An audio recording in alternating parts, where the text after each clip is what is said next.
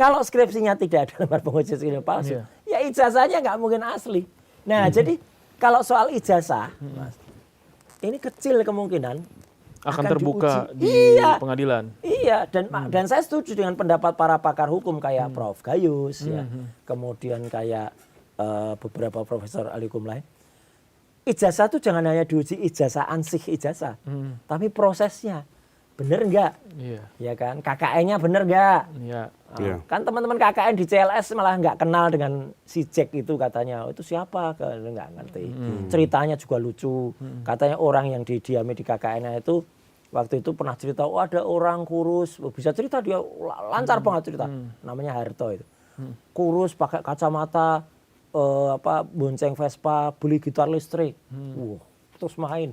Wah, kita kan hebat ya. Terus saya tanya, bukan saya sih, mas teman saya Michael tanya, Pak, desa ini masuk listrik tahun berapa? Tahun 90. Lah itu KKN-nya tahun 85 kok sudah main gitar listrik, itu mainnya colok mana gitu loh. Jadi banyak sekali cerita lucu yang itu nggak mungkin gitu loh. Hal itu terjadi. Makanya saya ingin menjawab teman-teman semua, kenapa saya melakukan pra-peradilan itu itu karena sebenarnya kita justru menguji apa yang dituduhkan termasuk penyelundupan pasal 32 dan 35 ITE itu. Supaya itu karena itu memang diselundupkan, Mas. Nggak ada hubungannya dengan ijazah fisik yang kalaupun ini ada. Karena yang kita teliti waktu itu ijazahnya Dian Sandi yang sampai sekarang masih ada. Kemudian saya tidak melakukan pengubahan apapun di situ. Dan lucunya kalau dilihat dari dakwaannya Dr. Tifa yang saya kebetulan belum sekali lagi karena saya belum terdakwa, saya belum dapat itu. Dari 26 alat bukti itu, rata-rata tuh isinya adalah Twitternya Balige Academy, Balige Academy, Balige Academy. Respon semua. Dr. Tifa ada, beberapa. Kemudian saya itu didakwa karena saya waktu itu hadir di ada beberapa acara TV. Saya sebut aja, ada Rakyat Bersuara, ada ILC, ada kemudian podcast Abraham Samad, ada podcast Diskursus. Saya itu tamu, Mas, itu. Narasumber diundang. Bukan saya yang posting. Waktu itu yang namanya Roy Suryo Official belum ada gitu. Jadi kalau bukan orang yang posting, apalagi itu media, harus lewat undang-undang pokok pas dulu. Itu loh, nggak bisa langsung kemudian orang yang narasumber ditersangkakan ya repot. Jadi dari situ sudah jauh banget panggang dari api. Nah itu yang mau kita proper. Karena itu tidak akan cukup, Mas, waktunya. Kalau itu di sidang pokok perkara langsung.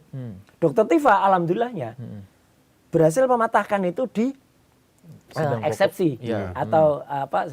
Tapi kan menjadi lucu kemarin. Memang dalam undang-undang baru ya, kalau eksepsi itu boleh kemudian diperbaiki. Tapi ada tapinya, Mas. Dengan segala hormat saya membela Dr. Tifa juga, yang saya tahu karena ini saya diberitahu, tidak bisa kemudian tiba-tiba dikoreksi gitu, nggak boleh, harus banding dulu.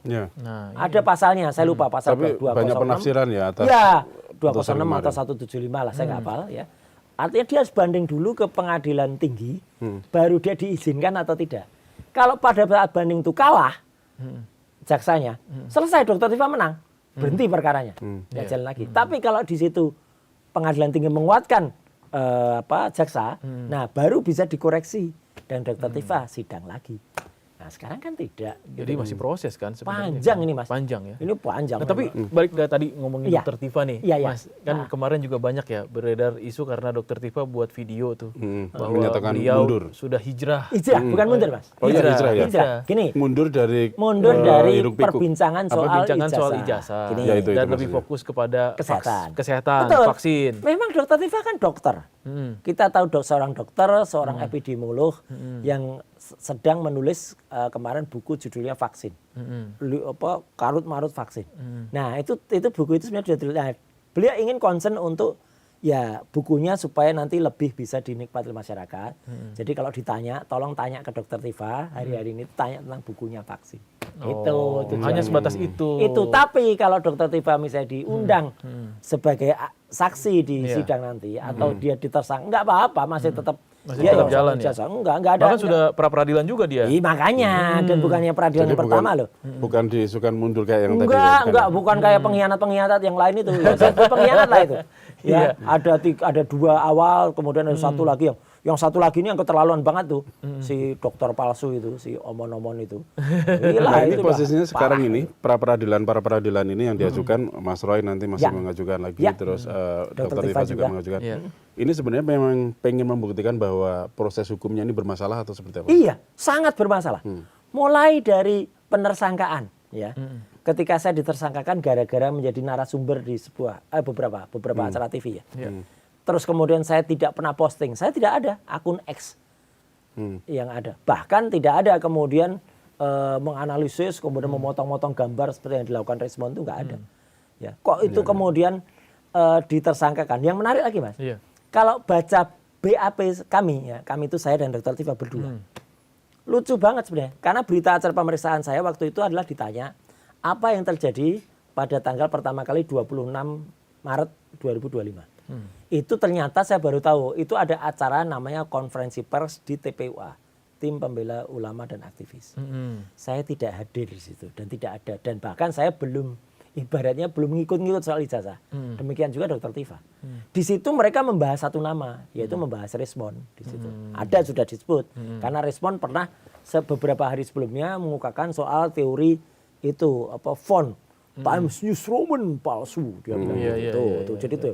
Bahkan dalam BAP berikutnya lagi ketika diklarifikasi, tanggalnya maju lagi 22 Januari 2025. Lah itu lebih maju lagi, ya saya lebih nggak ada lagi.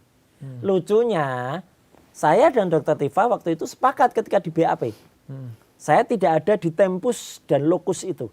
Tempat itu saya nggak ada. Lokusnya waktunya pun, lokusnya saya nggak ada di situ. Tempusnya waktunya pun saya belum ikut di situ. Nah, cuman Omon ini sok gagah gitu dia.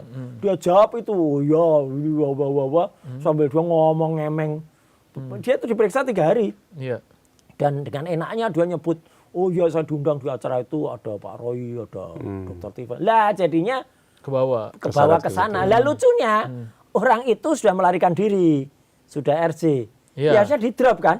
Iya betul. Lah kok saya sama Dr. Tifa masih ikut-ikut, ibaratnya gini Mas. Kita bertiga nih, ya. Terus bisa ketemu orang. Maaf nih. Ketemu orang terus kita kelahi, ya. Terus saya yang bunuh misalnya. Mas hanya ikut-ikut, lihat. Ya. Tapi karena Mas itu ada di situ, kemudian ikut kan gitu. Tiba-tiba saya melakukan RJ. Saya diampuni oleh keluarga gini. Tapi akhirnya saya dibebas. Mas berdua yang dan Mas yang ikut. Udah nggak bisa lari dari, padahal hanya mungkin ketemu di jalan aja saya aja, ketemu di depan kebun sirih gitu saya aja gitu kan. Tapi kan sempat ditawarin RJ waktu itu Mas Roy. Iya, tapi kalau saya lucu aja, orang mau nawarin RJ ke saya kita ketawain. Mau sampai dikejar sampai liang apa ya nggak akan. Kita tetap gagah, kita tetap maju, ya. Semua loh Mas ditawari. Pak Rizal Fadila juga ditawari, Pak Rustam di umroh di gini Bu Kurnia itu sampai dikejar-kejar sampai ke kamar kecil oleh para adalah oknum lah gitu. Dikejar untuk Bu ayo gini RJ plus umroh. Alhamdulillahnya beliau nggak mau.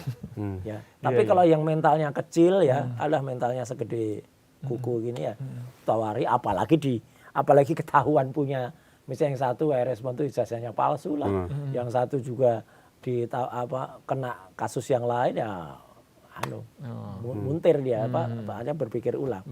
Tapi yang jelas RJ itu kan memang sarana untuk seolah-olah kita bersalah. Sehingga dia bebas, nggak menunjukkan apapun, menang kan. Kalau kita enggak. Tapi bukan berarti kita tidak turun di pokok perkara, itu kita lari. Enggak.